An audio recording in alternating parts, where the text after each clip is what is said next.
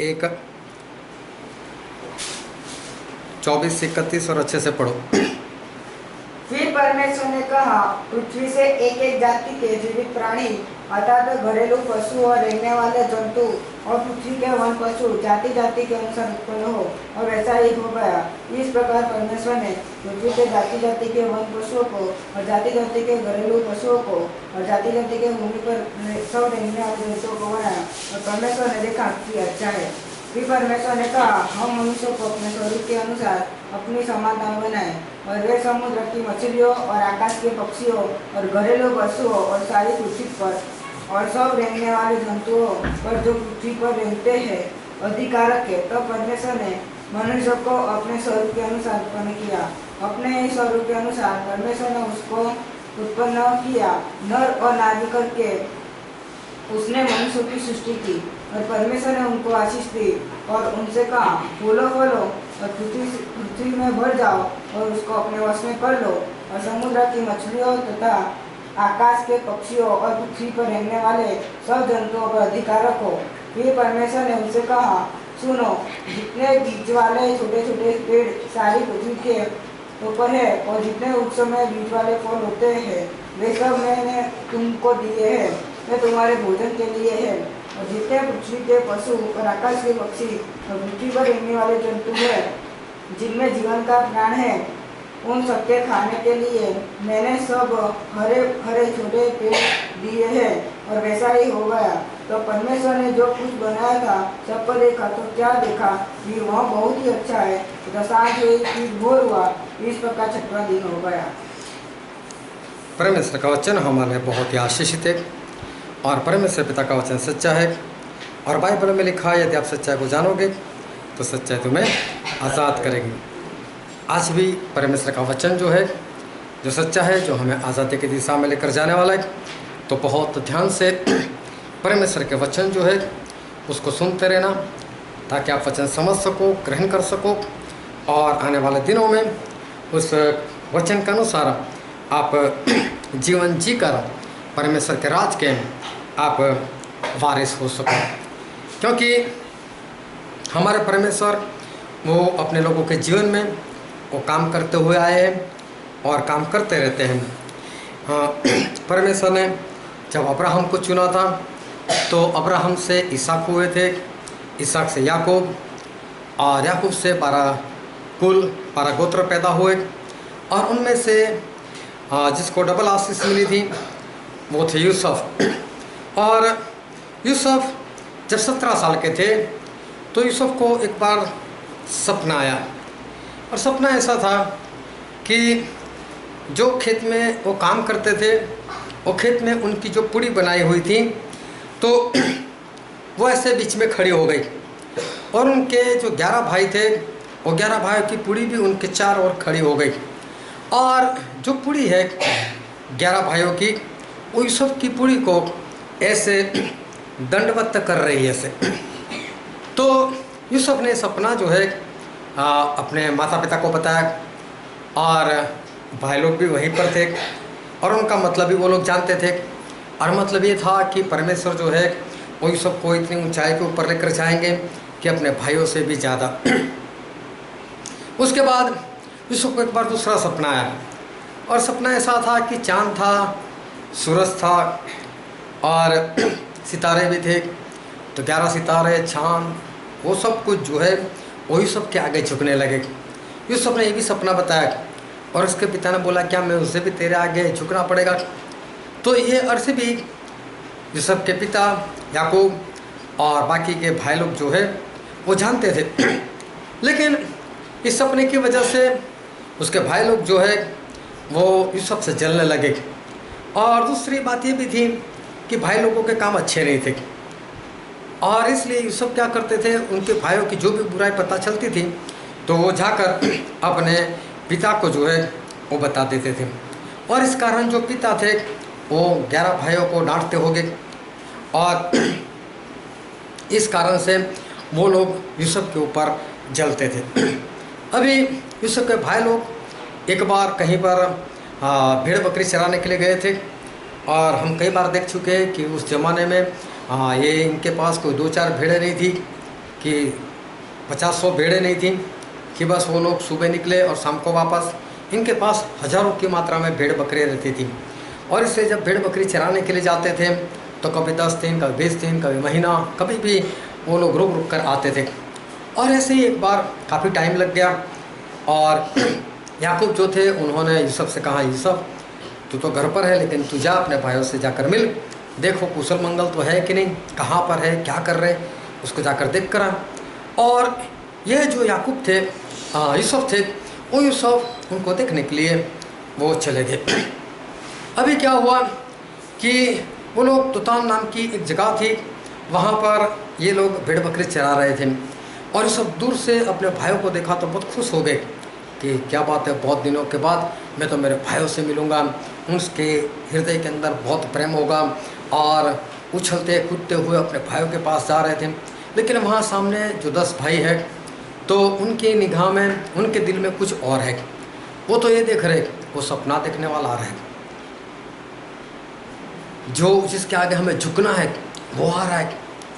तो बोला अभी क्या करते, बोले ये हमारी बुराई की खबर अपने हमारे पिता को देते, ख़त्म कर देते बोले इसको। अभी देखो एक और यूसुफ की सोच है और सामने यूसुफ के 10 भाइयों की सोच है। एक प्रेम से मिलने के लिए उछलते कूदते हुए जा रहा है और बाकी के 10 लोग इंतज़ार कर रहे हैं कि आए और उसको ख़त्म कर दे और उसको मार दे। और जैसे ही यूसुफ पास में गए सभी लोगों ने उसको दबोच लिया। मारने ही वाले थे, लेकिन जो सबसे बड़ा भाई था रूबेन, उसके दिल में आया नहीं ऐसा नहीं करना है, जैसा भी भाई उसको मारो मत। तो बोले पास में ही खड्डा है, बोले उस खड्डे के अंदर डाल दो, वैसे भी मर जाएगा, कौन सा जिंदा रहने वाला है। लेकिन कम से कम हमारे ऊपर तो खून का जो गुनाह है नहीं लगेगा, ये पाप हमारे ऊपर तो नहीं लगेगा, हमने सिर्फ खड्डे में डाला था बोले। तो बोले इसको डाल दो खड्डे में। अभी क्या हुआ, इन लोगों ने इसको खड्डे में डाल दिए। अभी तो वो लोग वहीं पर थे और वहाँ से इस्माइल लोगों की टोली निकली।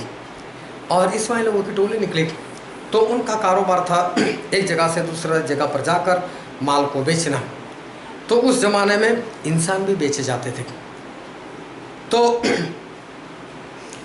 भाइयों ने देखा, बोले ऐसे भी अंदर मरने वाला है तो इसको निकाल कर हम बेच देते, बोले इस्माइल लोगों। वो लोग जो करेंगे उसके बाद कौन सा हमसे बड़ा बनने वाला है, वो तो गुलाम बनेगा और गुलाम होकर ही वो तो दम भी तोड़ देगा और हम कभी भी उससे नहीं मिल पाएंगे। तो बोले चलो उसको बेच देते। और भाई लोगों ने जो है वो इसको बेच दिया और इस्माइल लोगों ने 20 चांदी के सिक्के दिए और इस्माइल लोग यूसुफ को लेकर वो मिस्र देश में चले गए। अभी भाइयों ने तो घर पर जाकर बोल दिया, एक मेमना काट लिया, उसके लहू में उसका जो कुर्ता था वो भिगोकर अपने बाप को दिखा दिया कि देख कहीं तेरे बेटे का तो नहीं है, ये हमको रास्ते से मिला। और याकूब को भी लगा कि मेरा बेटा जो है वो मर गया होगा। और अभी क्या हुआ कि इस्माइल लोग यूसुफ को लेकर वो लोग मिस्र में चले गए और वहाँ जाकर जहाँ पर गुलाम बेचते थे उस बाज़ार में उसको बेचने के लिए रख दिया। अभी वहाँ पर जो फिरौन था वहाँ का राजा, उसका खास इंसान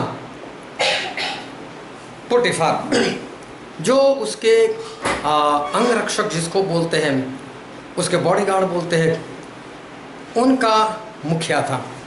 अभी वो उसने क्या किया कि इस यूसुफ को उसने खरीद लिया और यूसुफ को वो अपने घर पर ले गया। जब यूसुफ को अपने घर पर ले गया उसको गुलाम बना दिया।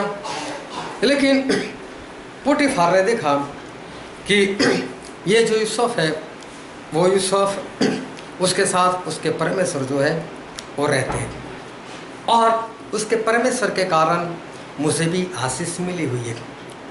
और अभी ऐसा हुआ कि पोटीफार ने देखा यूसुफ अच्छा है, उसका परमेश्वर उसके साथ है, तो पोटीफार ने यूसुफ को सबसे ऊंचे पद पर बिठा दिया। अब देखने जाओ तो यूसुफ को वहाँ पर कोई काम नहीं करना है, लेकिन यूसुफ वहाँ पर काम करवाने वाला बन गया। लेकिन पोटीफार की जो पत्नी थी उसकी बुरी निगाहें जो थी वो यूसुफ के ऊपर पड़ गई और वो यूसुफ को पाना चाहती थी, लेकिन यूसुफ जो थे वो उसके हाथ में नहीं आए। तो जब यूसुफ हाथ में नहीं आए तो पोटीफार की पत्नी ने उसको फंसा दिया और उसके पति को बोले जो तू इब्रानी लड़का लेकर आया वो तो अच्छा नहीं है, मेरे ऊपर उसकी बुरी निगाह है, उसको क्यों लेकर आया। और जब ये बात उसके मालिक ने सुनी तो उसने अपनी पत्नी पर विश्वास किया और उसने क्रोधित होकर यूसुफ को जो है वो जेल में डलवा दिया। और यूसुफ अभी राजा की जेल में है। और राजा की कैद मतलब ऐसी जेल होती है वो कि जिसमें दिन में भी सूरज की रोशनी वहाँ पर नहीं आती, डायरेक्ट रोशनी तो नहीं लेकिन वैसे भी प्रकाश उसमें होता नहीं। वहाँ पर दिन और रात दोनों एक समान होते हैं। लेकिन परमेश्वर वहाँ पर भी यूसुफ के साथ थे और परमेश्वर ने जो जेलर था उसकी निगाह में उसके ऊपर कृपा करवाई। और जेल में भी जो जेल कैदी लोगों के पास काम करवाने वाला अगर कोई था तो वो था यूसुफ। लेकिन यूसुफ इसी तरह से बहुत आयत से वो आगे बढ़ते गए, चाहे उनको खड्डे में डाल दिए गए तो भी उन्होंने परमेश्वर को नहीं छोड़ा, वहाँ से गुलाम बनाए गए तो भी परमेश्वर को नहीं छोड़ा, लेकिन पूरे विश्वास में वो बढ़ते गए। और ऐसा भी नहीं जितना विश्वास था उतना रहा, विश्वास में और भी बढ़े, आत्मा में और भी बढ़े। और इस तरह से वो जो है वो बढ़ते ही गए, आगे ही आगे वो चलते गए। अभी बहुत ध्यान से परमेश्वर के वचन जो है वो सुनते रहना और पूरा ध्यान जो है वो वचन में लगाए रखो। तो क्या हुआ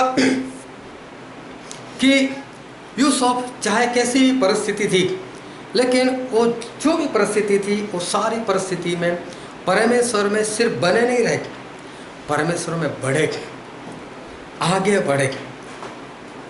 तो ऐसा नहीं कि उनका आत्मा में बढ़ना, विश्वास में बढ़ना, प्रार्थना में बढ़ना रुक गया, लेकिन विपरीत परिस्थिति में, विपत्तियों में उनका आत्मा में बढ़ना वो ज़्यादा हुआ, वो ज़्यादा बढ़े।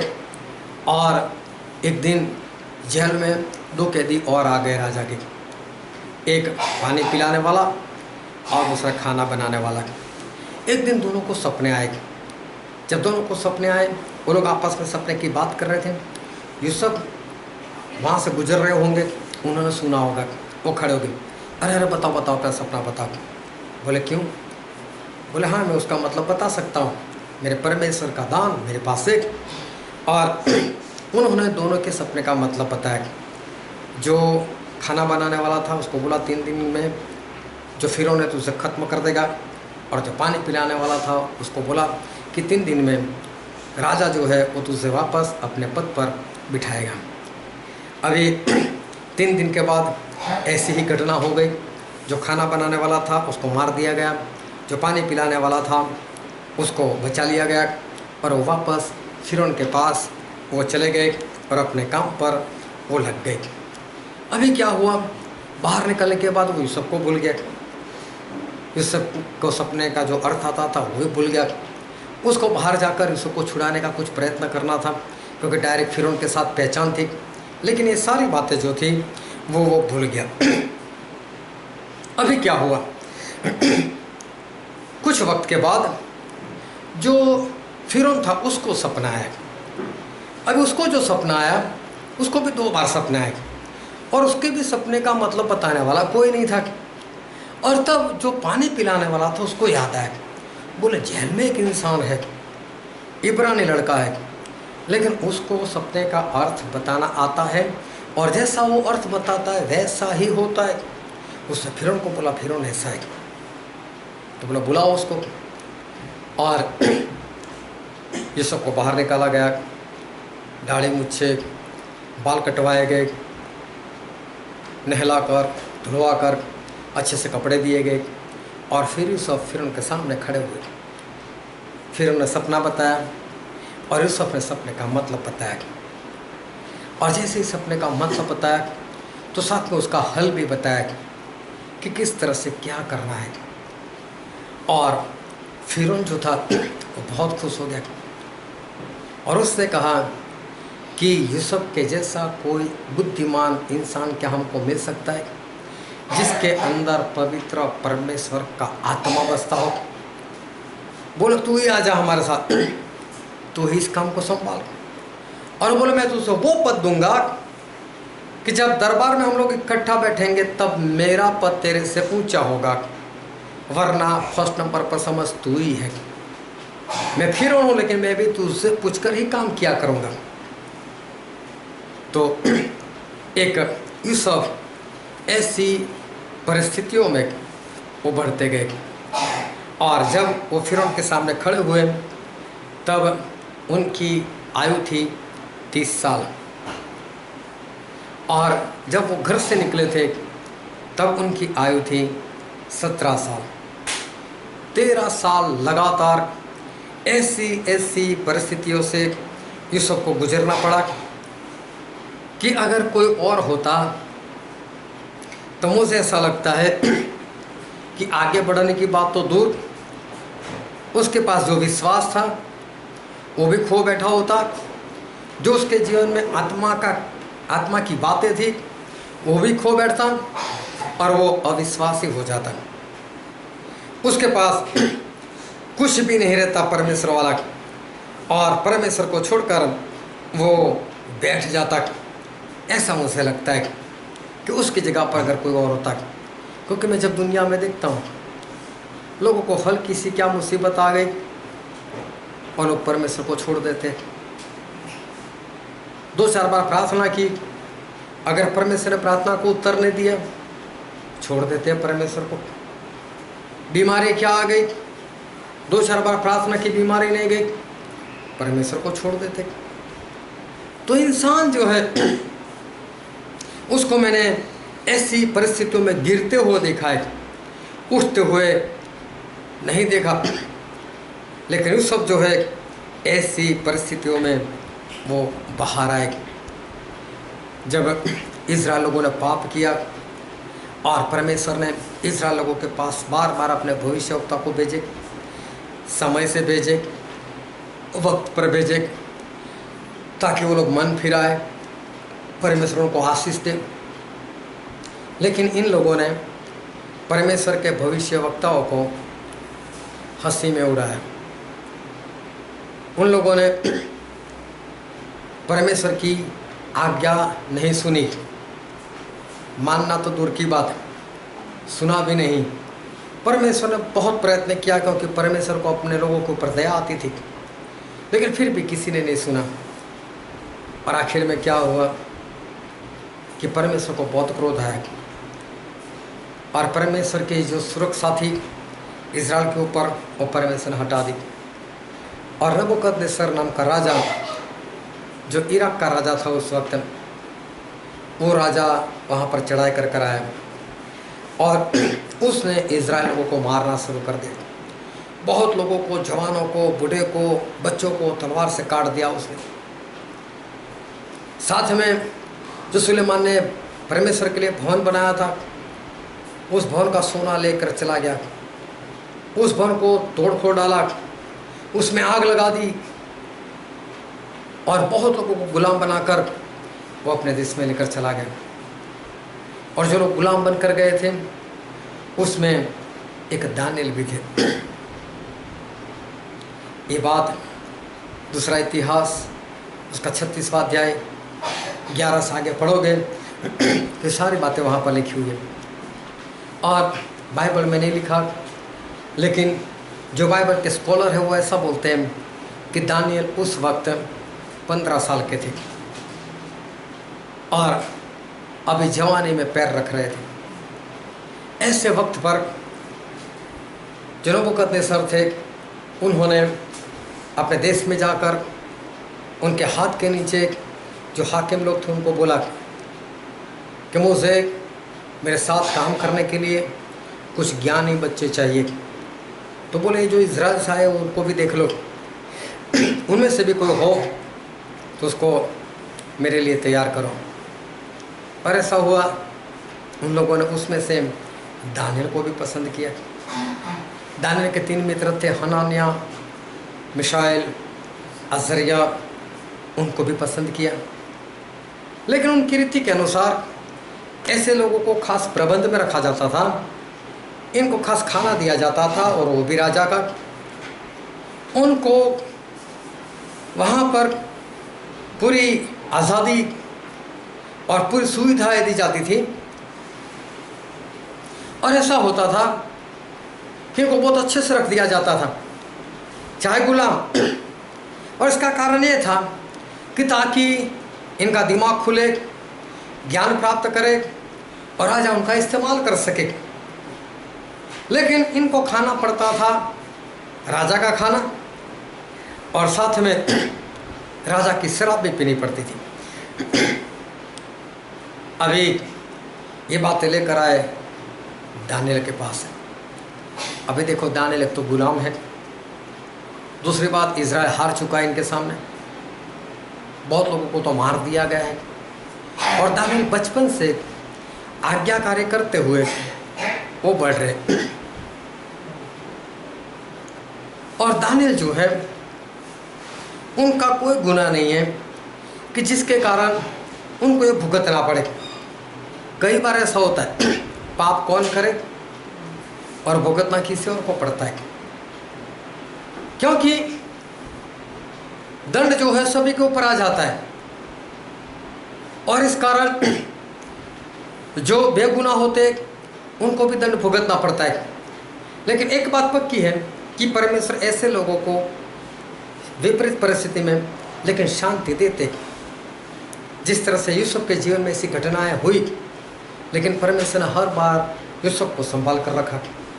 तो दानिएल भी गुलाम बनकर आए, लेकिन पसंद किए गए राजा के लिए। लेकिन दानिएल ने बोला, देखो मैं राजा का खाना नहीं खाऊंगा, जो दूसरे देवी देवताओं को चढ़ाया हुआ ऐसा खाना मैं नहीं खाऊंगा, और दूसरी बात उसकी शराब भी मैं नहीं पीऊँगा, मैं कोई भी अशुद्ध खाना है वो नहीं खाऊंगा।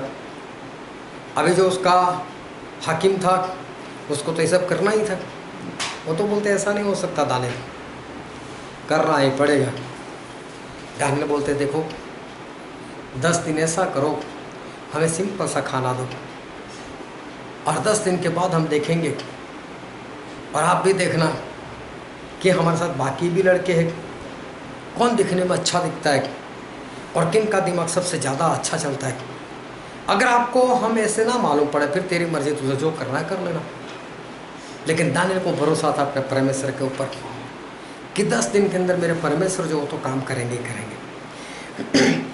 अभी देखो कि दानिएल को परमेश्वर के ऊपर भरोसा है क्यों, विश्वास है क्यों, उसकी परिस्थिति ऐसी चल रही है। अभी इस दुनिया में जो परिस्थिति चल रही है कोरोना को लेकर, कई लोगों ने चीन वाले के ऊपर दोष लगाया, उन्होंने ये खाया ये पिया इसके कारण हुआ, अशुद्ध खाना खाया। किसी ने ये इल्ज़ाम लगा दिया वो लोग ऐसे जंतुओं का बम बनाना चाहते थे और पूरी दुनिया को बर्बाद करना चाहते, जो भी किया उन्होंने किया। मैं तो बोलता हूँ जो भी है, लेकिन जो इनमें शामिल नहीं है ऐसे लोग मर रहे ना। भारत के लोग क्या इसमें शामिल थे? नहीं मर रहे। क्या अमेरिका वाले उसमें शामिल थे? फिर भी मर रहे ना। इटली वाले नहीं मरे। पूरी दुनिया में लोग मरे, चाहे पाप किसका भी है, चाहे किसी ने भी कुछ भी किया, मैं किसी के ऊपर इल्जाम नहीं लगा रहा, लेकिन चाहे जिसने जो भी किया, लेकिन सभी देशों में और पूरी दुनिया में लोग मर तो रहे हैं ना। चाहे वो बेगुनाह है, इस पाप में वो लोग नहीं है, लेकिन फिर भी मर तो रहे ना। तो ऐसी परिस्थिति में कोई बेगुनाह फंस जाए किसी के पाप की वजह से, और वो परमेश्वर को बहुत मानता हो, परमेश्वर के आज्ञाकारी करता हो, उसी को ऐसी कोई परिस्थिति आ जाए, वो तो बोलेगा परमेश्वर कितना माना मैंने, कितनी आज्ञाकारी की आपने मेरी देखभाल नहीं की, छोड़ो अभी इसको, ये कौन सा परमेश्वर, ये तो हमारी देखभाल नहीं करता। दानिएल की भी तो होना चाहिए, मैं तो आज्ञाकारी करता था, मेरी कौन सी गलती थी, मैं क्यों गुलाम बना? कहाँ मेरे माता पिता, कहाँ मेरे भाई बहन, मैं तो अकेला हूँ यहाँ पर, मेरे साथ में कोई नहीं है। ऐसे परमेश्वर को क्या मानना जो मुझे गुलाम बनाकर यहाँ लेकर आए? दानिएल का भरोसा नहीं होना चाहिए। लेकिन ऐसी परिस्थिति में दानियल का पूरा विश्वास अपने परमेश्वर के ऊपर। विपरीत परिस्थितियों में, हमारे विरोध में आई हुई परिस्थितियों में परमेश्वर के ऊपर विश्वास करना और ऐसी परिस्थितियों में विश्वास में बढ़ना, ये बहुत बड़ी बात है। बोल दिया 10 दिन के बाद देख लेना, और सही में 110 दिन के बाद दानियल तो बहुत अच्छा दिखता था। उसके 3 मित्र भी अच्छे हट्टे कट्टे मालूम हुए, और ज्ञानी भी पता चला कि इनका तो ज्ञान भी बड़ा है। तो उनका जो हाकिम था उसने देखा नहीं, सही बात है, तो बोले बस हमको ऐसा ही खाना दिया करना। देखो, अशुद्ध खाने से, शराब से परमेश्वर इनको बचा लिया। अभी क्या हुआ, समय बीतता गया, दानियल की गिनती ज्ञानियों में होने लगी। हनन्याह, मिशाएल, अज़ारिया, वो भी तो आगे बढ़े, राजा के साथ काम करने वाले बने। लेकिन पूरे वर्ल्ड में ये तो राजा राज कर रहा है, उसके पास तो बहुत सारे ऐसे लोग होंगे। और एक बार नबूकदनेस्सर को सपना आया, उस सारे ज्ञानियों को इकट्ठा किया, पूरे वर्ल्ड के ज्ञानी, जादू टोना करने वाले सभी लोग वहाँ पर इकट्ठा हुए। और वहाँ पर इकट्ठा होने के बाद राजा ने बोला, मुझे सपना आया है, उसका मतलब बताओ। लोग बोलते बता देंगे, सपना तो बताओ। राजा बोलते मैं तो सपना भी भूल गया, मुझे तो सपना भी बताओ और मुझे तो उसका मतलब भी बताओ। अभी ये जो लोग हैं, ज्ञानी लोग, उनको कुछ भी पता नहीं चल रहा है। ऐसा कैसे हो सकता है कि कोई सपना भी बताए? सपना हो तो मतलब बता सकता है, लेकिन सपना ही ना कहे तो सपना कैसे बताए और उसका मतलब कैसे बताए?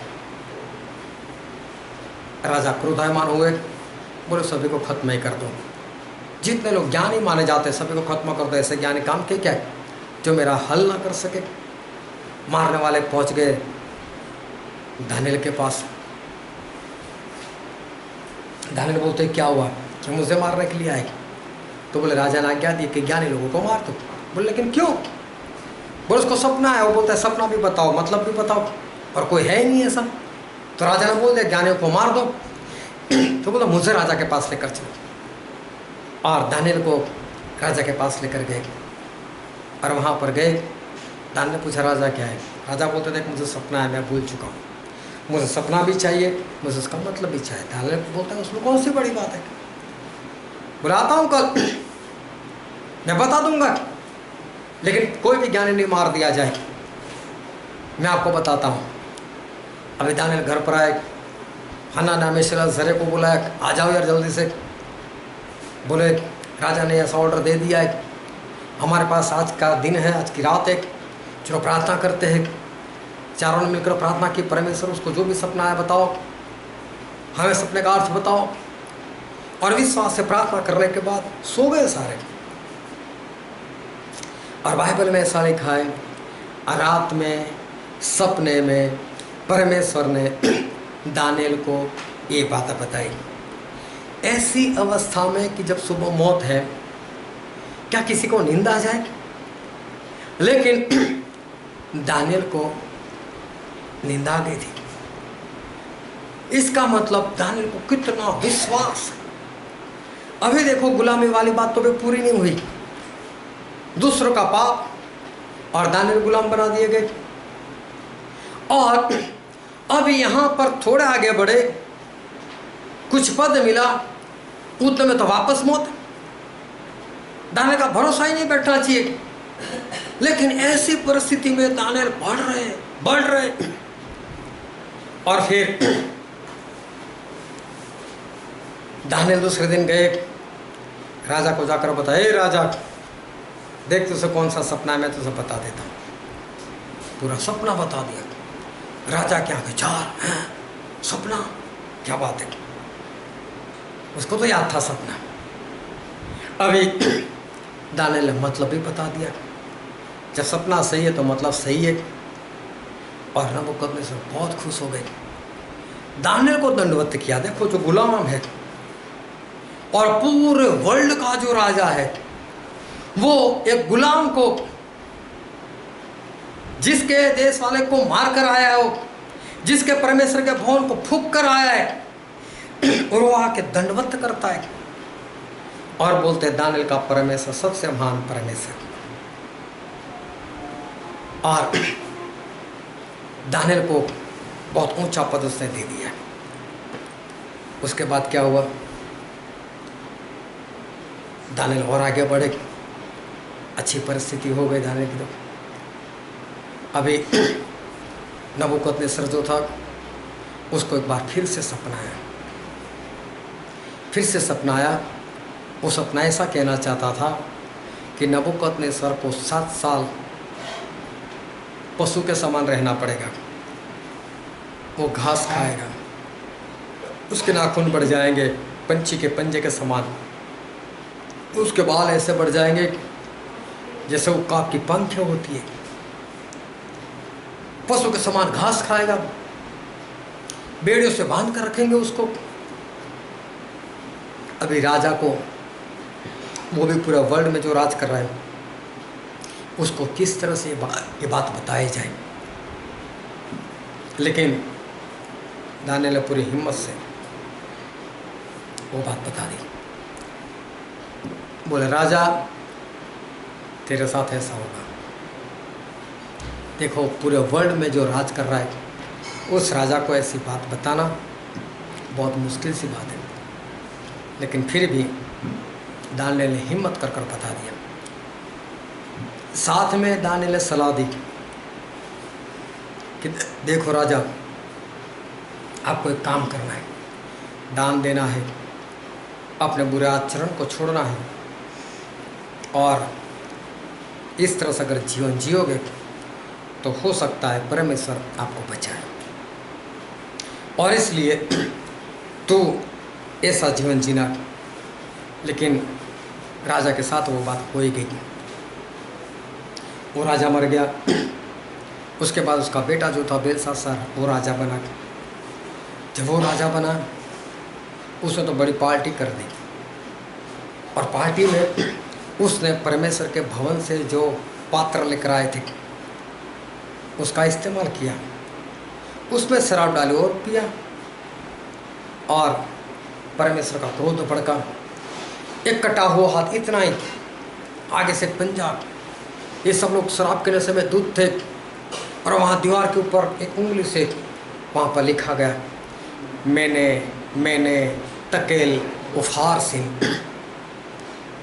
और ये कौन सी लैंग्वेज में लिखा था वो किसी को पता ही नहीं चला। पढ़ने की बात तो दूर, मतलब की बात तो दूर, पढ़ भी नहीं सके लोग। अरे वो तो छोड़ो, किसी को ये भी नहीं पता चला कौन सी लैंग्वेज में है। सब जादू टोना वाले कुछ भी नहीं कर पाए। दानियल को बुलाया गया, दानियल आए। अभी तो बहुत बड़ी बात थी, एक ऐसे राजा को बताना था कि तू मरेगा जो शराब के नशे में धूत है। अभी देखो शराबी के साथ बात करना वो बहुत मुश्किल वाली बात है, क्योंकि शराब लोगों के जीवन में काम ही ऐसा करता है। जब लोग एक पैग पीते हैं ना, तोते के समान बोलने लगते हैं, हाय डार्लिंग, ऐसा ऐसा। पति ने फोन कर दिया, मेरी रानी कैसी है तू आज, बोल तेरे लिए मैं क्या लेकर आऊँ, क्या आसमान से तारे लेकर आऊँ। बोले फिर पी लिया ना, चुपचाप घर पर आ जाओ। क्योंकि पीने के बाद ऐसे ही शब्द निकलने लगते हैं। जब एक पेग और मार ले तो मोर आता है ना, वो कैसे नाचने लगता है, वैसे इंसान नाचने लगता है। ऐसे चलने का प्रयत्न कर देगा जैसे उसने पिया ही नहीं। उसको तो ऐसा ही लगता है मैं सीधे ही चल रहा हूँ। अगर उसको कहा है पियाओ, समझता है, मोर के समान डांस करता है। अगर तीसरा भी पैग मार ले फिर तो शेर हो जाता है कोई माय का लाल, चाहे 40 किलो का ही क्यों ना हो। तो पिए हुए लोग का कोई भरोसा नहीं, कभी भी झगड़ा कर ले, उनको तो ऐसा होता है मैं ही हूँ बस।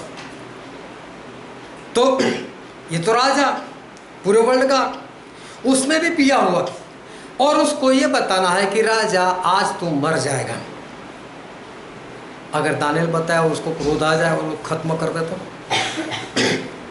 आशा राजा को बताया था, राजा तूने मूर्खता की, तो उसने तो जो भविष्यवक्ता था उसको जेल में डाल दिया था। शाऊल को बताया कि शाऊल तूने मूर्खता की है, तो वो तो शमूएल को मारने के लिए भागा पीछे, वो तो पियले भी नहीं थे। तो राजा कोई पूरे वर्ल्ड के ऊपर राज करता हो और उसमें भी पिया हुआ, और उसको ऐसी बात बताना बहुत मुश्किल है। लेकिन दानियल ने ऐसी कड़ी लैंग्वेज में उसको बताया कि हे बेलशास्सार, तू जानता था तेरा बाप कौन था, कैसा था, उसके साथ परमेश्वर ने किस किस तरह से व्यवहार किया तू जानता है।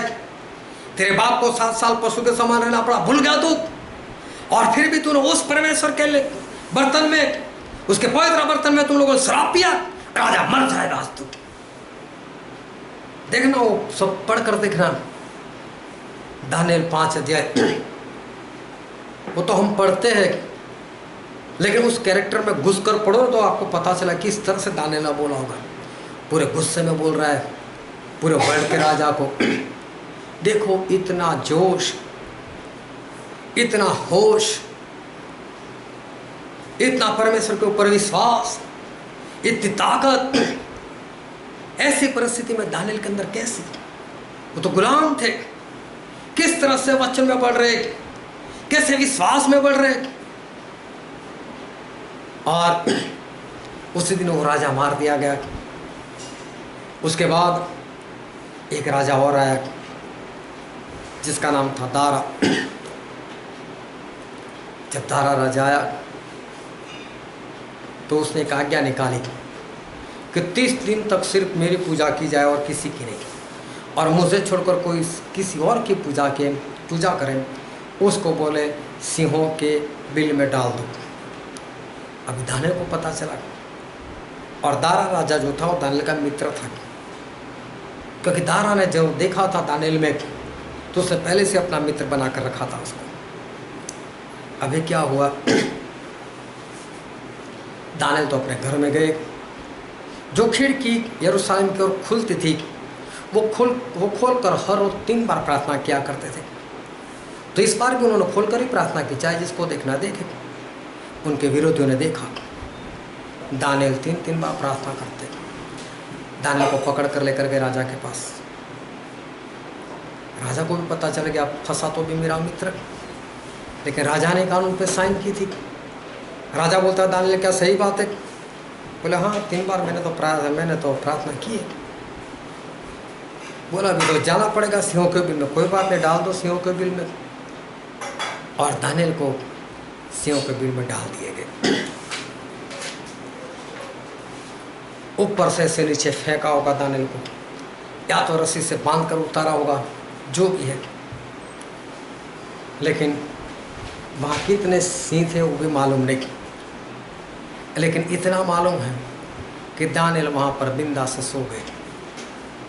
परमेश्वर सिंह के मुंह बंद कर दिए, और कोई भी सिंह ने पूरी रात दानियल को कुछ भी नहीं किया। लेकिन दानियल की परिस्थिति देखे, परमेश्वर मैंने कौन सा आज्ञाकारी की, परमेश्वर मैंने कौन सी आपकी बातों को नहीं माना, क्या आज मुझे दिन देखने पड़ते, क्या मुझे सिंहों के बिल में? विपरीत परिस्थिति में लेकिन दानियल जो है वो लगातार बढ़ रहे, आगे ही आगे वचन में, विश्वास में, प्रार्थना में। इस तरह से ये दानियल जो है वो बढ़ते ही गए। ऐसी परिस्थितियों में ज़्यादातर जो लोग होते हैं घिर जाते हैं। जब चारों ओर शांति, बाइबल पढ़ने की पूरी आज़ादी, मीटिंग में जाने की आज़ादी, पूरा वक्त, सब कुछ है इंसान के पास, तो अभी मैंने किसी को बढ़ते हुए नहीं देखा। बहुत कम लोग। तो फिर ऐसी परिस्थिति में कौन कैसे बढ़ेगा? लेकिन यूसुफ बढ़े, दानिएल बढ़े। जब प्रभु यीशु को मार दिए गए थे तो बाइबल में ऐसा लिखा है, हम पढ़ते हैं यूहन्ना उसका 20वां अध्याय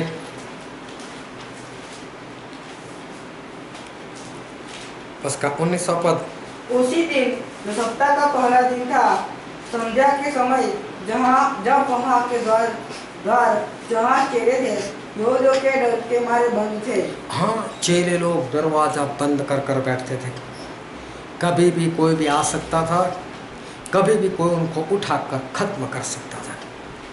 ऐसी परिस्थिति में पतरस और बाकी के चेले जीवन जी रहे थे। चारों ओर मौत का डर। प्रभु यीशु साथ में नहीं है, आते हैं तो अदृश्य हो जाते। अभी समझ लो ऐसे दरवाज़ा बंद, और अगर घर के बाहर से आहट भी जाए ठक ठक, और लोग अंदर कांपने लगे, क्या होगा? तलवार लेकर आया होगा, बेड़ी लेकर आया होगा, खत्म कर देगा, जेल में डाल देगा। ऐसी भयानक परिस्थिति। लेकिन बाइबल में लिखा है, प्रेरितों के काम उसका पहला अध्याय और पढ़ो तो उसका 14वां पद।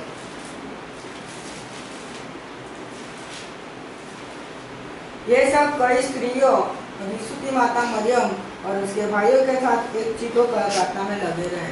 ये तो ऐसी परिस्थिति में जब भय है, डर है, ये लोग एक मन होकर, एक चित्त होकर प्रार्थना कर रहे थे। कितनी बड़ी बात है। ये लोग बढ़ रहे हैं ऐसी परिस्थिति में, दरवाजे बंद हैं, बाहर निकल नहीं सकते, घर में पानी नहीं है, खाना नहीं है। ऐसी परिस्थिति में ये पतरस, बाकी के चेले और भी जो विश्वासी लोग, तकरीबन 120 लोग थे, ये लोग ऐसे डर की परिस्थिति में, कभी भी मौत आ सकती है, ऐसे में वो सारी परिस्थितियों को भूलकर एक मन होकर प्रार्थना कर रहे। एक भाई साहब मुझसे बोलते रहे, मेरे लिए प्रार्थना करो। मैं जब प्रार्थना करता हूँ तो मेरी देह तो वहाँ पर होती है, लेकिन मेरा आत्मा तो घूमने के लिए निकल जाता है। जब कुछ नहीं है, तो जब ऐसी परिस्थिति हो तब एक मन कैसे रहेंगे, एक चित्त होकर कैसे प्रार्थना करेंगे? लेकिन बाइबल में लिखा, एक मन एक चित्त होकर ये लोग प्रार्थना कर रहे थे। कितनी बड़ी बात है, कितनी बड़ी बात है। ये लोग एक मन होकर प्रार्थना में बढ़ रहे। ऐसी विपरीत परिस्थिति में ये लोग बढ़ रहे। और फिर आगे हम पढ़ते हैं प्रेरितों के काम उसका 5वां अध्याय, पढ़ो तो 17 से लेकर 20 पद तक। तब महायाजक और उसके सब साथी सदूकियों के पंथ के थे, डर से भर उठे और प्रेरितों को पकड़कर बंदी में बंद कर दिया। देखो, पतरस और दूसरे लोगों को पकड़कर उनको बंदी गृह में डाल दिया। फिर परंतु रात को प्रभु के एक स्वर्गदूत ने बंदी गृह के द्वार खोलकर उन्हें बाहर लाकर कहा, जाओ मंदिर में खड़े होकर इस जीवन की सब बातें लोगों को सुनाओ। बाइबल में लिखा है, स्वर्गदूत आए, बाहर निकाला, बोले जाओ वापस वही मंदिर में और जाकर बोले प्रचार करो।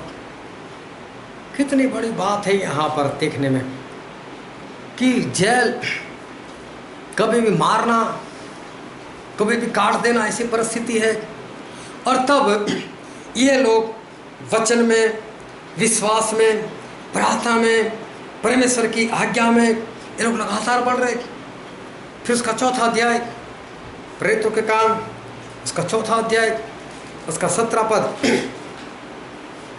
परंतु इसीलिए कि यह बात लोगों में और अधिक फैल न जाए, हम उन्हें धमकाए कि वे इस नाम से फिर किसी मनुष्य से बातें न करें। हाँ, और जो अगुवे लोग थे उन्होंने पतरस, यूहन्ना सभी को धमकाए, जितना प्रचार करना हो करो, यीशु का नाम मत लो। और यीशु का नाम ना नहीं तो क्या बोले, आप विश्वास करो आपको अनंत जीवन मिलेगा, लेकिन किस पर? आप उस पर विश्वास करो, शांति मिलेगी, लेकिन किस पर? नाम नहीं बोलना है तो प्रचार क्या करें? तो पढ़ो आगे क्या लिखा है। तब उन्हें बुलाया और चेतावनी देकर यह कहा, यीशु के नाम से कुछ भी न बोलना और न सिखाना। परंतु पतरस और यूहन्ना ने उनको उत्तर दिया, तुम ही न्याय करो, क्या यह परमेश्वर के निकट भला है कि हम परमेश्वर की बात से बढ़कर तुम्हारी बात माने? हाँ, इन लोग स्पष्ट बोल दिया, हम परमेश्वर के माने या तुम्हारी माने, आप ही बताओ। देखो ऐसी परिस्थिति में ये लोग बढ़ कैसे रहे, जबकि चारों ओर मौत के सिवा कोई भी परिस्थिति जो है वो दिखाई नहीं देती। जेल, मौत, दंड, यही सब कुछ। और उस वक्त ऐसी परिस्थिति में ये परमेश्वर के लोग जो है वो बढ़ रहे। फिर आगे पढ़ते उसका 12वां अध्याय, प्रेरितों के काम, इसका 12वां अध्याय 3 और 4 पद। जब उसने देखा कि यहूदी लोग इससे आनंदित होते हैं, तो उसने पतरस को भी पकड़ लिया। वे दिन अख़मीरी रोटी के दिन थे। उसने उसे पकड़ के बंदी गृह में डाला। पतरस को एक बार फिर जेल में डाल दिया। देखो, बार बार जेल। पतरस को एक बार फिर जेल हो गई। ये लोग फिर भी बढ़ रहे, फिर भी बढ़ रहे। पौलुस तो पहले परमेश्वर को सताने वाला था, लेकिन वो भी मसीह में आ गए, और मसीह में आए वो भी बढ़ने लगे। तो उनको तो मालूम ही था कि बाहर कैसी अवस्था है, क्योंकि वो खुद विश्वासी लोगों को मार भी देते थे, जेल में भी डाल देते थे, सताते भी थे। और वही पौलुस अभी परमेश्वर का काम कर रहे, तो उनको तो खुद ही मालूम है ना कि बाहर कैसी परिस्थिति है, और किस तरह से लोग जो है वो ऐसे विश्वासी लोगों के पीछे पड़े। उनको तो पूर्ण रीति से, पक्की रीति से मालूम है। लेकिन बाइबल में लिखा है, हम पढ़ते हैं प्रेरितों के काम उसका 9वां अध्याय और 23, 24, 25 पद। जब बहुत दिन बीत गए तो यहूदियों ने मिलकर उसे मार डालने का षड्यंत्र रचा। हाँ, पौलुस को मारने का षड्यंत्र रचा। पर उनका षड्यंत्र शाऊल को मालूम हो गया। वे तो उसे मार डालने के लिए रात दिन फाटकों पर घाट में लगे रहते थे। बाद रात को उसके चेलों ने उसे टोकरे में बैठाया और सवारी पन्ना पर से लटका कर डाल दिया। हाँ, जो शहर था उस जमाने में, शहर के चारों ओर एक शहर पना मतलब कोट बना रहता था, और जहाँ जहाँ पर रास्ता होता था वहाँ पर वो लोग दरवाज़ा रखते थे। रात में दरवाजे बंद हो जाते थे, रात में कोई बाहर नहीं निकल सकता, और अगर निकलना है तो वो जो भी दरवाज़ा संभालने वाला उसको बोलना पड़ेगा, वो खोलेगा। तो ये लोग क्या करते थे, वहाँ बाहर छुप कर बैठते थे। अगर रात को गलती से भी निकले, खत्म कर देते। और शहर पना से मतलब कोट से किसी जहाँ पर रास्ता नहीं था, ऐसी जगह पर पौलुस को इन लोगों ने टोकरी में बिठाकर उतार दिया। मतलब शहर पना 5-6 फुट की नहीं होगी, काफ़ी ऊंचाई के ऊपर होगी, मालूम नहीं कैसे चढ़े हो गए, जो भी है, लेकिन पौलुस को इस तरह से उतार दिया। चारों ओर मौत। लेकिन पौलुस का जीवन देखना, पौलुस जो है वो लगातार आगे बढ़े। फिर आगे पढ़ते उसका 13वां अध्याय, प्रेरितों के काम उसका 13वां अध्याय उसका 8वां पद। परंतु इलीमास टोने ने, क्योंकि यही उसके नाम का अर्थ है, उनका विरोध करके हाकिम को विश्वास करने से रोकना चाहा। अभी देखो, एक हाकिम था, बड़ा हुआ, पौलुस ने जाकर प्रभु यीशु के बारे में बता दिया। अभी जैसे बताया तो वहाँ पर एक जादूगर था एलीमास। उसने ऐसा चाहा कि अगर ये यीशु मसीह को मानने लगेगा तो मुझे छोड़ देगा, तो उसको विश्वास करने से रोकने के कारण वो बीच में पड़ा। अभी देखो, ये वक्त वो था कि अगर सामने वाला विश्वास नहीं करेगा तो मारेगा इसको, क्योंकि 2 ही लोग थे, विश्वास करने वाले लोग और विरोध करने वाले लोग, बीच वाले कोई नहीं थे। आज तो लोग हमको अच्छे से ये मसीह को मानने वाले लोग, कोई कुछ नहीं करता मैं, लेकिन उस ज़माने में ऐसा नहीं था। जो नहीं मानते थे ना वो तो मारने के लिए भागते थे। विश्वासी लोग बोलते नहीं थे, हम विश्वास छुप छुप कर रहते थे, ऐसी परिस्थिति थी। अब यहाँ तो जाहिर है कि पौलुस परमेश्वर का काम करा, उसने बता दिया। और अगर ये हाकिम अगर विश्वास नहीं करेगा तो दूसरा ऑर्डर क्या आएगा, पकड़ो पौलुस को, मारो उसको। लेकिन तब पौलुस ने क्या किया, पढ़ो तो। जब सावने, जिसका नाम पौलुस भी है, पवित्र आत्मा से परिपूर्ण हो, उसकी और टकटकी लगा कर देखा और कहा, हे सारे कपट और सब चतुराई से भरे हुए शैतान की संतान, सकल धर्म के बैरी। हाँ, देखो कैसे कैसे शब्द इसके लिए इस्तेमाल किया। हे शैतान, बोले तू परमेश्वर के रास्ते को रोक रहा है। अभी देखो हाकिम कुछ भी कर सकता है, लेकिन ऐसे में इनका विश्वास कैसे बढ़ता जा रहा है। ऐसी परिस्थितियों में देखो कितना आगे बढ़ रहे, कितना बिंदास से परमेश्वर का नाम प्रकट कर रहे। कितनी बड़ी बात के लोग आगे ही आगे वो बढ़ते जाते। फिर उसका 4वां अध्याय में लिखा है, प्रेरितों के काम 4वां अध्याय और 19 पद। परंतु कुछ यहूदियों ने अंताकिया और इकोनियम से आकर लोगों को अपनी ओर कर लिया और पौलुस में पथराव किया और मारा समझकर उसे नगर के बाहर घसीट ले गए। पर जब चेले उसके चारों ओर आ खड़े हुए तो वह उठकर नगर में गया। देखो यहाँ पर ऐसा लिखा है, पतरस के ऊपर इतना पथराव किया गया कि ऐसा लगा कि मर चुका है। और जब ऐसा लगा मर चुका है, उसको घसीट कर लेकर गए और शहर के बाहर जाकर ऐसे ही फेंक दिया। अभी घसीटा होगा तो कैसे घसीटा होगा? मुझे तो ऐसा लगता है 2 लोगों ने एक टांग पकड़ ली होगी और फिर घसीट कर शहर के बाहर जाकर डाल दिया। मरा हुआ तो पहले ही समझ रहे थे। और तब क्या हुआ? पौलुस तो उठ खड़े हुए, उठकर खड़े हुए और बोले चलो वापस शहर में। इनमें इतना विश्वास, परमेश्वर के ऊपर इतना भरोसा और इतना आगे बढ़ना कैसे हो सकता था ऐसी परिस्थितियों में? लेकिन हम देख रहे कि ये लोग ऐसी परिस्थिति में वो लोग बढ़ते थे। फिर आगे बढ़ते हैं, प्रेरितों के काम उसका 13वां अध्याय और उसका 50वां पद। परंतु यहूदियों ने भक्त और कुलीन स्त्रियों को और नगर के प्रमुख लोगों को उस्काया और पौलुस और बरनबास के विरुद्ध उपद्रव करवाकर उन्हें अपनी सीमा से निकाल दिया। हाँ, सतावट की पौलुस की, और सतावट करते हुए उसको वहाँ से बाहर निकाल दिया। देखो, 1 बार हो तो ठीक है, 2 बार है तो ठीक है, तो ये लोग बार बार इसी सतावट, पथराव कुछ भी हो रहा है, लेकिन फिर भी पौलुस भी जो है वो उसी तरह से बहुत ऐसे आगे ही आगे वो बढ़ते जा रहे। एक बार तो पौलुस को जेल में डाल दिए गए। और हम पढ़ते हैं प्रेरितों के काम में उसका 16वां अध्याय और 22 से लेकर 25 पद तक।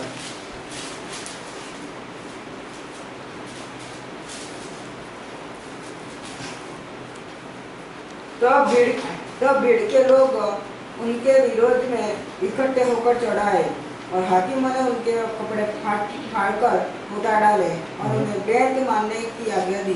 बहुत बैत लगवाकर उन्होंने बंदीगृह में डाल दिया और दारोगा को आज्ञा दी कि उन्हें चौकी से रखे। दारोगा को आज्ञा दी कि उन्हें चौकसी से रखे। उसने ऐसी आज्ञा पाकर उन्हें भीतर की कोठरी में रखा और उनके पांव काट में ठोक दिए। यहाँ पर ऐसा लिखा है, बैत मतलब कोड़े मारे उनको तो पहले। अभी देखो पौलुस का कौन सा गुना है, साथ में सिलास उनका कौन सा गुना है? परमेश्वर में चलते, कोई रखवाली नहीं है परमेश्वर की ओर से। ऐसा नहीं कि परमेश्वर कोई चमत्कार करते उनको जेल में जाने से रोक लेते, लेकिन ऐसी परिस्थिति में लोग आगे बढ़ रहे। और दारोगा को ऐसा बोला, इसकी अच्छे से देखभाल करना मत देखना कहीं भाग ना जाए। जब किसी को बता जाए, पक्का कह दिए देखना इसके बारे में, तो जेलर कैसे रखेगा उसको? तो बोले अंदर वाले कोठरी में डाल दिया। अंदर वाले कोठरी मतलब जहाँ पर सूरज की रोशनी नहीं आती दिन में भी, ऐसी जगह। और उनके पांव काठ में ठोक दिए। एक ऐसा लकड़ा आता है भारी, जिसके अंदर पैर जो है वो नट बोल्ट से उनको फिट कर दिया जाता है। उसके बाद इंसान एक कदम तो क्या, 1 mm भी नहीं हट सकता हो। ऐसी परिस्थिति, वो थोड़ा सा भी हिल नहीं सकता, काठ में डाल दी उनके पैर। और आगे पढ़ो। आधी रात के लगभग पौलुस और सीलास प्रार्थना करते हुए परमेश्वर के भजन गा रहे थे। अभी ऐसे में तो ये लोग भजन गा रहे थे, और इतना भरोसा, इतना विश्वास कि ऐसी परिस्थिति में तो लोग ऐसा बोल रहे हैं, प्रभु ये क्या कर रहे हो, हमको देखते नहीं हो।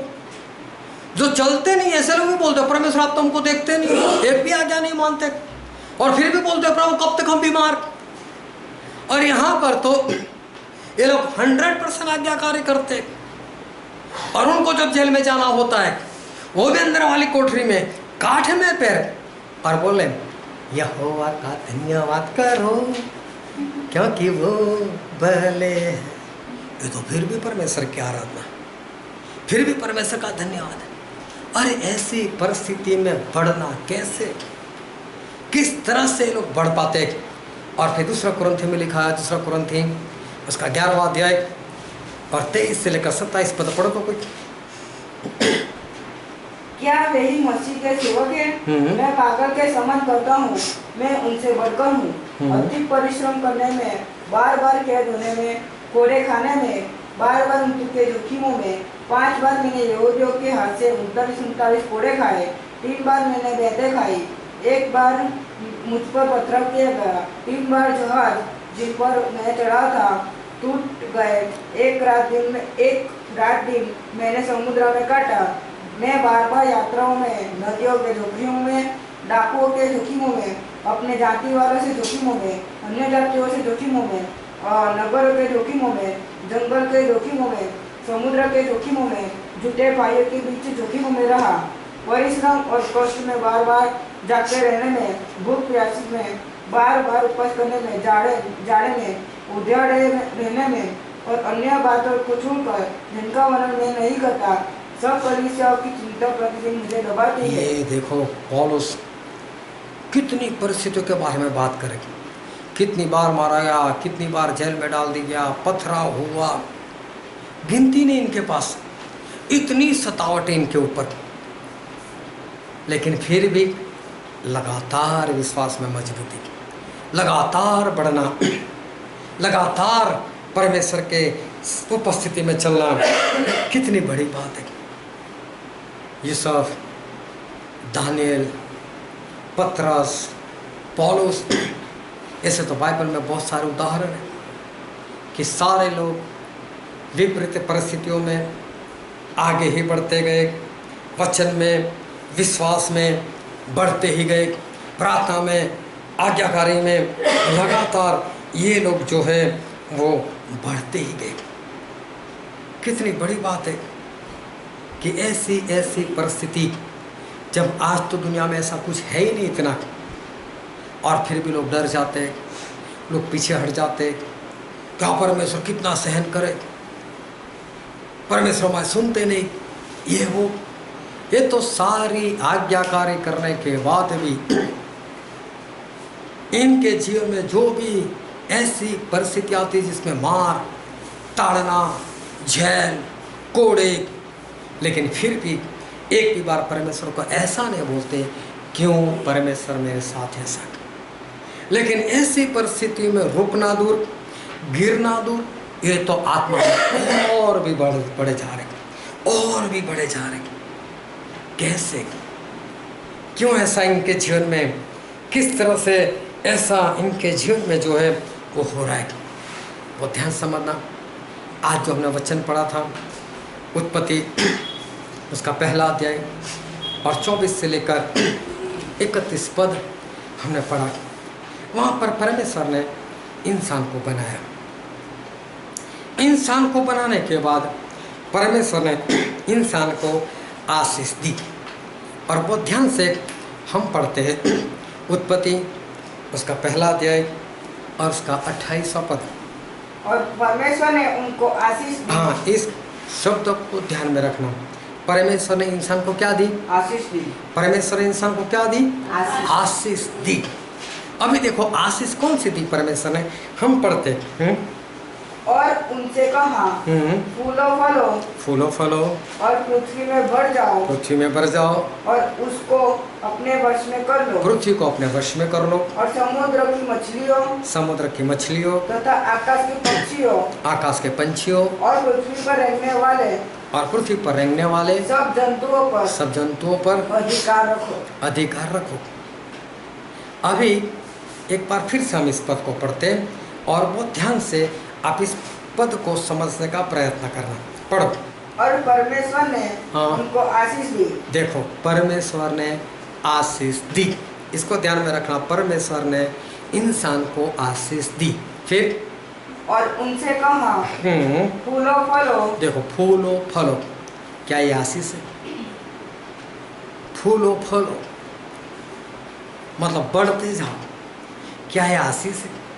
अगर हम किसी के सर के ऊपर हाथ रख कर ऐसा करें, बढ़ जाओ, तो बहुत बढ़ जाएगा आगे।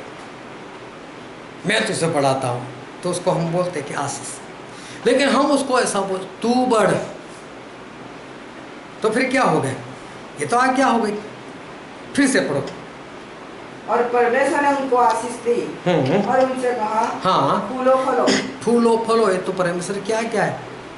आदम, मैं बोलता हूँ फूलो फलो। फिर और पृथ्वी से भर जाओ। नहीं, पृथ्वी में भर जाओ। पृथ्वी में भर जाओ, ये भी आज्ञा है। फिर और उनको अपने वश में कर लो। पृथ्वी को अपने वश में कर लो, ये भी आज्ञा है। और समुद्र की मछलियों के ऊपर तथा आकाश के पक्षियों के ऊपर और पृथ्वी पर रहने वाले सब जंतुओं पर अधिकार रखो। और फिर परमेश्वर ने उनसे बस, कहा, अभी ये सारी तो यहाँ पर आज्ञा है, इसमें आशीष वाली कौन सी बात है?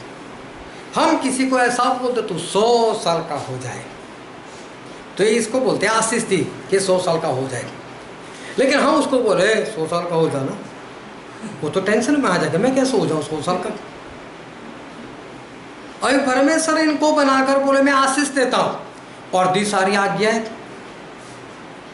अब ये सारा पद पढ़कर हमें तो यहाँ कहीं पर भी आशीष नहीं दिखाई देती, हमें तो दिखाई देती है आज्ञा। लेकिन वचन में ऐसा लिखा है, फिर से पढ़ो 28वां पद। और परमेश्वर ने उनको आशीष दी। परमेश्वर ने आशीष दी, ऐसा लिखा है, तो हम ये भी नहीं बोल सकते कि परमेश्वर ने झूठ बोला। और उसके आगे पढ़ते तो हम ये भी नहीं बोल सकते कि आशीष है, वो तो आज्ञा है। तो फिर सही में ये आशीष है या सही में आज्ञा है? बहुत ध्यान से आप परमेश्वर के वचन को सुनते जाना। यिर्मयाह में ऐसा लिखा है, यिर्मयाह उसका 29वां अध्याय, यिर्मयाह 29 और पढ़ो तो उसका 4, 5, 6 पद। उसमें लिखा था, जितने लोगों को मैंने यरूशलेम से बंदी करके बेबीलोन में पहुंचवा दिया है, उन सबों से इज़राइल का परमेश्वर सेनाओं का यहोवा यूं कहता है। हाँ, जो गुलाम बने हुए हैं उनको परमेश्वर ऐसा कहते हैं, घर बनाकर उनमें बस जाओ। हाँ, जहाँ पर गुलाम बने हो वहाँ पर घर बनाकर रहो। बारियां लगाकर उनके फल खाओ। वहाँ पर फलों की बारियां लगाओ और खाओ उसको। विवाह करके बेटे बेटियां जन्माओ। हाँ, वहाँ पर विवाह भी करो, शादी भी करो, बेटे बेटी भी जन्माओ। और अपने बेटों के लिए स्त्रियां ब्याह लो। अपने बेटों के लिए वहाँ पर स्त्रियां भी ब्याह लो। और अपनी बेटियां पुरुषों को ब्याह दो। और अपनी बेटियों की भी शादी करवा दो कि वे भी बेटे बेटियां जन्माएं, कि वो भी बेटे बेटे जन्माए। और वहाँ घटो नहीं, वरन बढ़ते जाओ। वहाँ घटो नहीं, लेकिन वहाँ पर बढ़ो। इसको ध्यान से समझना। एक बार फिर से 4था पद पढ़ो। उसमें लिखा था, हाँ, जितने लोगों को मैंने यरूशलेम से बंदी करके बेबीलोन में पहुंचा दिया। हाँ, जो गुलाम होकर इराक में बेबीलोन में जा रहे हैं उनके लिए आज्ञा है।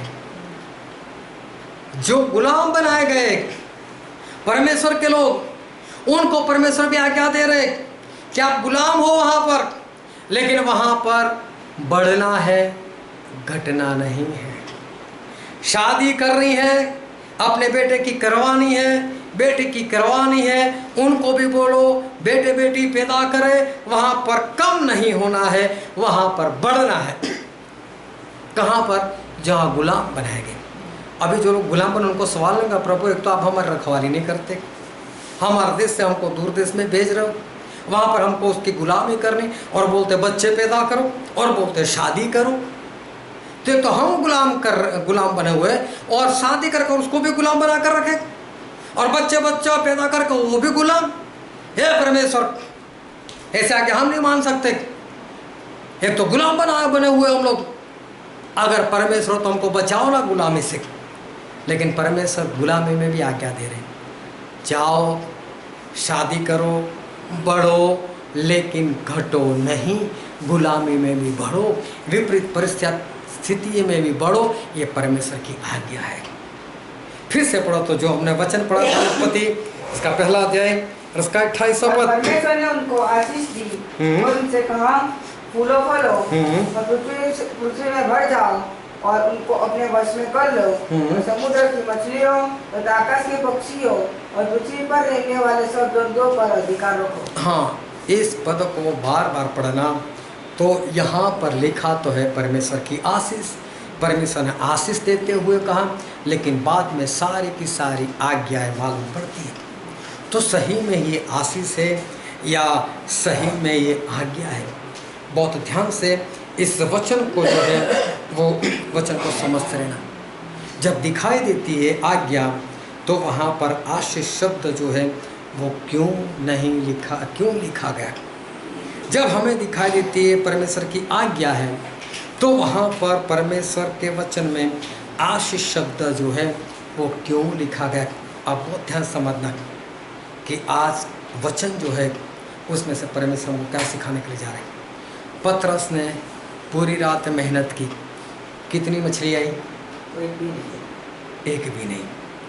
पूरी रात पतरस ने मेहनत की, मेहनत करने के बाद पतरस के पास एक भी मछली नहीं आई। 3.5 साल तक परमेश्वर के साथ रहे, उसके बाद फिर से पूरी रात पतरस ने मेहनत की, उसके बाद भी कितनी मछली आई? एक भी नहीं। पहली बार प्रभु यीशु वहाँ पर गए और प्रभु यीशु ने कहा, पतरस गहरे जल में जाल डाल, और प्रभु यीशु की आज्ञा मानते हुए पतरस ने जाल डाली। कितनी मछली आई? बहुत सारी मछली आई, जाल भी फटने लगी। दूसरी बार भी प्रभु यीशु ने कहा कि पतरस अपनी दाहिनी और जाल डाल, और पतरस ने दाहिनी और जाल डाली। कितनी मछली आई? 153। और उसके साथ जो छोटी मछली थी उसकी गिनती नहीं की गई। और इतनी मछली होने के बावजूद जाल नहीं फटी, ऐसा बाइबल में लिखा है। अभी देखो इससे हमको क्या सीखने को मिलता है। क्या पतरस मसीह में आने से पहले उसका तो कारोबार यही था? क्या हर रोज पतरस मछली पकड़ता होगा और हर रोज मछली नहीं आती होगी? हर रोज तो आती होगी ना, लेकिन कितनी आती होगी हर रोज? मुझे नहीं मालूम कितनी आती होगी, बाइबल में लिखा भी नहीं। लेकिन इतना पता है कि जितनी मछली आती थी उससे पतरस का गुजारा चलता था। और पतरस शादीशुदा थे, और शादीशुदा होना और परिवार को चलाना, इतना पैसा अगर हमारे पास आते हैं तो समझ लो बहुत बड़ी बात है, बहुत बड़ी बात है। पतरस के पास हर रोज इतनी मछली पक्की आती होगी कि जिससे उसका गुजारा चलता होगा। हो सकता है बीच में कभी कभी मछली ना भी आती हो सकता है कभी कभी कम आती हो, और ऐसा भी हो सकता होगा कि कभी कभी ज़्यादा भी आती होगी। लेकिन जिस दिन प्रभु से बोला अब गहरे जल में जाल डाल, उस वक्त एक ही बार में इतनी मछली आ गई कि जिसकी गिनती नहीं कर सकते थे, और जाल भी फटने लगी। समझ में आ गई बात? इसका मतलब यहाँ पर परमेश्वर को ये सिखाना चाहते हैं कि आप 8 घंटे जो काम करते हो, आप 10 घंटे जो काम करते हो, आप 12-12 घंटे जॉब करते हो, या तो फिर अपना कारोबार करते हो, और उसमें जितनी कमाई करते हो, अगर परमेश्वर की आज्ञाकारी करने के बाद आप 2 घंटा काम करोगे तो 10 घंटे की कमाई कर लोगे। आप 1 घंटा काम करोगे, 12 घंटे की कमाई कर लोगे। अगर परमेश्वर की आज्ञा मानने के बाद इतनी मछलियां पतरस ने एक ही बार जाल डाले में आज तक नहीं देखी थी, लेकिन प्रभु के कहने से ऐसे ही जाल डाली होगी, ऐसे ही खींची और मछली आ गई, जबकि पूरी रात उसने मेहनत की थी। तो जो आज्ञा हमें आशीष के स्वरूप में परमेश्वर दी, और परमेश्वर ने आशीष दी, फलो फूलो, बढ़ो, घटो नहीं, शादी करो, बच्चे पैदा करो, धरती को वश में कर लो, पशु पंछी को वश में कर लो। मैं तो बोलता हूँ कल जाकर एक कबूतर लेकर आओ, उसको वश में करना सीखो। कितना टाइम लगेगा? पहले तो कबूतर हाथ में नहीं आएगा, है ना? लेकिन परमेश्वर की आज्ञाकारी करो, उसके बाद कबूतर दिखा दे, कबूतर इधर आ, मैं यीशु मसीह की आज्ञा मानता हूँ, उस पास में आ जाएगा। ये है आशीष और आज्ञा में कि परमेश्वर की आज्ञा मानने के बाद आप जो भी काम करते हो उसमें तुरंत सफल, और परमेश्वर की आज्ञा मानने के बिना आप जो भी काम करते हो सफलता मिलेगी। लेकिन परमेश्वर की आज्ञा मानने के बाद जो काम आप 1 घंटे में कर सकते हो, उसके लिए परमेश्वर की आज्ञा माने बिना काम करना हो तो 12 घंटे लगेंगे। अब 12 घंटे काम करना है या 1 घंटे काम करना है, वो आपके हाथ में। ये है परमेश्वर की आशीष, लेकिन आज्ञा में आशीष। और इसलिए व्यवस्था विवरण में लिखा है उसका 28वां अध्याय और पहला और दूसरा पद, यदि तू अपने परमेश्वर यहोवा की सब आज्ञाएं जो मैं आज तुझे सुनाता हूँ चौकसी से पूरी करने को चित्त लगाकर उसकी सुने, तो वह तुझे पृथ्वी की सब जातियों में श्रेष्ठ करेगा। फिर अपने परमेश्वर यहोवा की सुनने के कारण ये सब आशीर्वाद तुझ पर पूरे होंगे। हाँ, अगर तू परमेश्वर की आज्ञा मानेगा तो ये सारी आशीष तुझे मिल जाएगी। तू खेत में आशीषित होगा, आगे लिखा है 1 से लेकर 14 तक बाद में पढ़ना। 1-2 पद हमने पढ़ा और 3 से 14 पढ़ते थे, सारी आशीष लिखी। खेत में तू आशीषित होगा तो परमेश्वर की सारी आज्ञा मानो और खेत में जाकर सब बैठे रहो, तो कुछ आएगा? नहीं आएगा। खेत में भी काम तो करना पड़ेगा ना। लेकिन बिना आज्ञाकारी किए अगर आप खेत में काम करने के लिए जाओगे ना, तो पहले तो बेल सा करोगे, ना मैं नहीं हिलने वाला उसके ऊपर हल लगा दो, ऐसे अड़ियल बन जाएगा, नहीं मैं नहीं हिलने वाला, मारो, ये करो, दिमाग खराब करो, तब बड़ी मुश्किल से चलेंगे। फिर थोड़ा चलेंगे, फिर रुक जाएंगे, हम नहीं बढ़ेंगे आगे। तो पूरा दिन ये काम करो, तब जाकर खेती का काम होगा। और आज्ञाकारी कर जाओगे ना, बेल बोलता है चलता हूँ ना मैं, स्पीड में चलेगा। ये फर्क है आज्ञाकारी करने के बाद काम करने में। उसमें भी आप सफल तो हो गए, लेकिन यहाँ पर 1 घंटे में काम होगा, वहाँ पर 12 घंटे में काम। हम तो काली मजदूरी करते तो करनी पड़ेगी ना, आज्ञा मानो ना तो मजदूरी ना करनी पड़ेगी। ये है परमेश्वर की आशीष। और इसलिए ये सब गुलाम बना दिए गए। वो तो लोगों को दिखता था ये सब गुलाम, लेकिन मालिक की पत्नी भी क्यों देखते, क्या बात है, राजकुमार है ये तो, मेरे पति से बढ़िया ये तो है ना। और उसका मालिक वो खुद उसकी सेवा कर रहा है, सब बाइबल में लिखा है, पढ़ लेना। और जेल में गया है सब, वो तो लोग देखते हो गए कैदी, लेकिन वहाँ पर वो तो काम करवाता है। ये है परिस्थिति जब परमेश्वर की आज्ञाकारी हम करते हैं। बाद में जेल में जाओ, जेल नहीं रहती। काठ में पैर डालो ना, कुछ नहीं होता। कोड़े मारो ना, कुछ नहीं होता। लोगों को पत्थर मारने दो ना, कुछ नहीं होता, क्योंकि परमेश्वर की आज्ञाकारी करने के बाद गए। लेकिन परमेश्वर की आज्ञाकारी करने के बिना ऐसे देखा ना, मान लो मेरे सामने ऐसा दिखता था, तुरंत गलत विचार आ जाएंगे, पूरा शरीर अशुद्ध हो जाएगा। कोई ऐसा देखा? मेरे सामने देखकर हंसा, और मेरे भाई तेरे को देखकर हंसी थी, स्माइल दिया, और नहीं दिया मेरे सामने हंसा भी नहीं। लेकिन परमेश्वर की आज्ञाकारी करो, सब कुछ सीधा सीधा चलता है। ये परमेश्वर की आशीष है। पौलुस क्यों बढ़ रहे ऐसी परिस्थिति में, पतरस क्यों बढ़ रहे, दानियल क्यों बढ़ रहे? ये सारे आज हमारे आदर्श है। इनको देखकर चलो कि विपरीत परिस्थिति में किस तरह से आगे बढ़े। क्यों आगे बढ़े? क्योंकि परमेश्वर की आज्ञाकारी करते थे ना, तो गुलामी नहीं रहती थी, विपत्तियां नहीं रहती थी, श्राप नहीं रहते थे, शांति ही शांति होती थी, आनंद ही आनंद होता था। इसलिए तो प्रभु कहते हैं वहाँ जाकर शादी करो। अरे गुलाम है तो क्या हुआ, मैं तुम्हें आनंद देता हूँ, जाओ शादी करो, बच्चे पैदा करो, कुछ काम करने की जरूरत नहीं। वो गुलाम बना कर लेकर गया, वो पूरा करेगा। तो कभी गुलामी किया है दानियल ने? राजा खुद देने आता होगा, भाई इसको गुजारा करो। दानियल बोलता नहीं, मैं तो राजा वाला नहीं खाऊंगा, सिंपल वाला दो। तो सिंपल वाला मिल जाता है। ये होता है परमेश्वर की आज्ञा कार्य करने के बाद। समझ में आ गई बात? तो आज्ञा कार्य करने के बाद कोई भी मुश्किलें रहती ही नहीं है। हमारे जीवन में आशीष आशीष और आशीष होती है। और आज कोरोना क्या हो गया? मसीह लोग कोरोना, वडोदरा में और 2 नए केस, भारत में 1000 और नए केस, यहाँ पर इतने चंगे हो, इतने मर गए।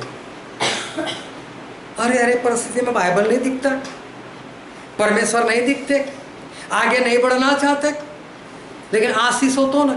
और आशीष क्या है? आज्ञाकारी करो तो कोरोना नहीं दिखेगा। परमेश्वर इतने बड़े परमेश्वर, कोरोना इतना, हे कोरोना, हाँ फिर ऐसा होगा। कोरोना परमेश्वर दिखते ही नहीं। आज्ञाकारी करो तो विपत्तियां नहीं। परमेश्वर बोलते हैं शादी करो, ऐश करो, जाओ। ये है हमारी आशीष। ये काम करना है हमें। हमारे परमेश्वर में ये बात सिखाते, जहाँ पर हमें आशीष नहीं दिखती, आज्ञा दिखती है, लेकिन आज्ञा में ही आशीष जो छिपी है। आज दानियल को देखकर हमें क्या होगा? और गुलामी तो आने दो, देख लेंगे, हम भी परमेश्वर में बढ़ेंगे। यूसुफ को देखकर क्या लगता है? अरे कैद में डाले तो सही, हम भी अनुभव करेंगे कि कैद में कितना आनंद आता है। पौलुस को देखकर हम भी सोचेंगे, अरे हमारे पैर भी काट में डाल दी जाए तो हम भी परमेश्वर की आराधना करें, यहोवा का धन्यवाद करो। ऐसे आदर्श हमारा जीवन होना चाहिए। एक विकलांग था, हो सकता है पैर थोड़ा सा खराब हो, बस में बैठ गया और बस जो थी वो भरी हुई थी। अगले स्टेशन पर एक लड़की आ गई। अब उसको क्या मालूम ये विकलांग है। और विकलांग जहाँ पर बैठा था ऊपर लिखा हुआ था, स्त्री के लिए अनामत। लड़की ने बोला देखिए स्त्री के लिए, उठ जाए यहाँ से, पता नहीं चलता है, यहाँ पर बैठता है, अनपढ़ है, गंवार है, ये देख कर नहीं बैठ सकता। काफी कुछ बोल दिया। लड़का बेचारा ऐसे लंगड़ाते खड़ा हो गया, बाजू पर हट गया। लड़की बैठ तो कोई बाद में देखा, उसने लड़का रही थी, बेचारा लंगड़ा है, प्रयास हो रही है। मुझे नहीं मालूम था आप अपाहिज हो, आप विकलांग हो, और हम ऐसा दुर्व्यवहार नहीं करते। ये लड़का बस से तो उतर गया। आगे जब उसका स्टेशन आना था, उसको दिल में इतना लग गया, बोले मैं हम मेरे विकलांग की ऐसी ज़िंदगी जीकर क्या करना है। दूसरे दिन सुबह उठकर घर छोड़कर भागा, और कहीं से ट्रेन की पटरी जाती थी, वहाँ जाकर सुना, बोले ऐसी ज़िंदगी से बेहतर के मर जाना, क्या ऐसी ज़िंदगी जीना। और ट्रेन आ रही थी, उसको ऐसा लगा बस कुछ ही मिनट, कुछ ही पल खत्म हो जाऊंगा। लेकिन तभी देखा कि वो उसको घसीट कर बाहर लेकर आया। ट्रेन चली गई। उसने देखा एक भिखारी था, उसके हाथ भी ऐसा मुड़ा हुआ था, एक पैर ऐसा मुड़ा हुआ था, थोड़े निकल आए थे। वो भिखारी उसको बोले यार मैं तो कुष्ठ रोगी हूँ, और फिर भी मैं तो मरने की नहीं सोच रहा। तू क्यों मरने की सोच रहा था? ऐसा क्या तेरे साथ हुआ, तू मरने की सोच रहा था? इसने देखा भिखारी को ऊपर से नीचे, इतना भिखारी, फिर भी इतना हौसला बुलंद। उसने बस वाली घटना बता दी, और भिखारी को देखकर वो तो खुश होगा, जब ये जीवन जी सकता मैं क्यों नहीं जीऊँगा, मैं भी जीऊँगा। आदर्श बनना है हमको, दानियल के समान, पौलुस के समान, कि हमें देखकर और भी लोग आगे बढ़े। ऐसा जीवन हमको जीना है।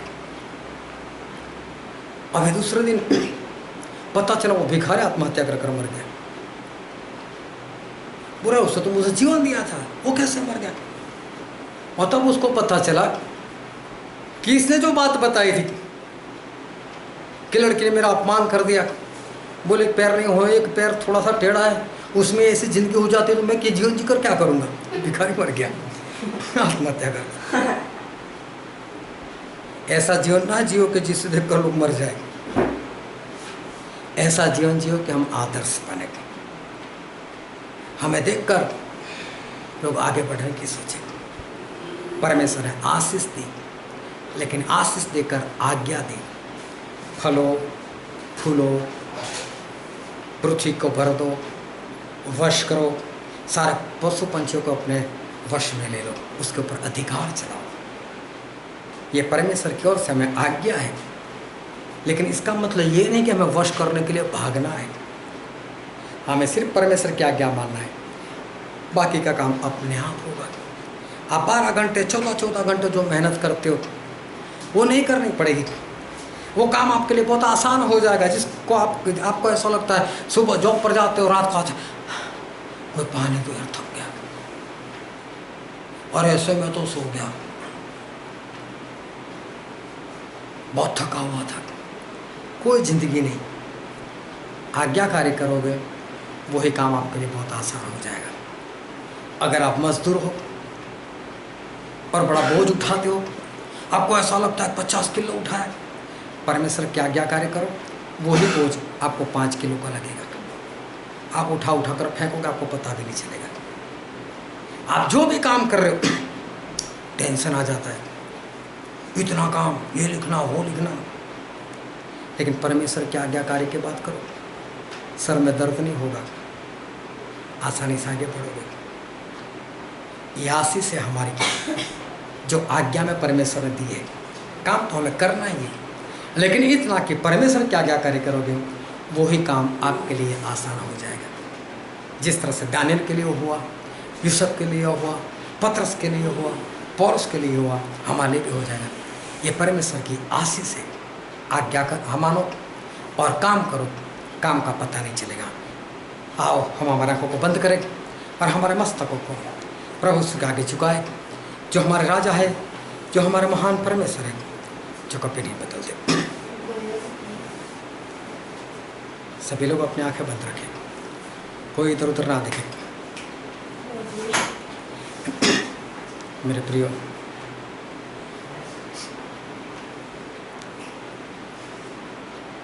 परमेश्वर हमारे बीच में है। जो उत्पत्ति 1:28 में हमें आज्ञा दिख रही है, लेकिन परमेश्वर बोलते हैं ये आशीष है। तो मेरे प्रियो, परमेश्वर झूठ नहीं बोलते, वो आशीष ही है। लेकिन आशीष कब है? वो आशीष क्या कहना चाहती है? परमेश्वर की आज्ञा मानो, सारे काम आपके लिए आसान हो जाएंगे। ये परमेश्वर की आशीष है। जेल नहीं लगेगी, गुलामी नहीं लगेगी, विपत्तियाँ नहीं लगेगी, आप उसमें शांति से रह पाओगे।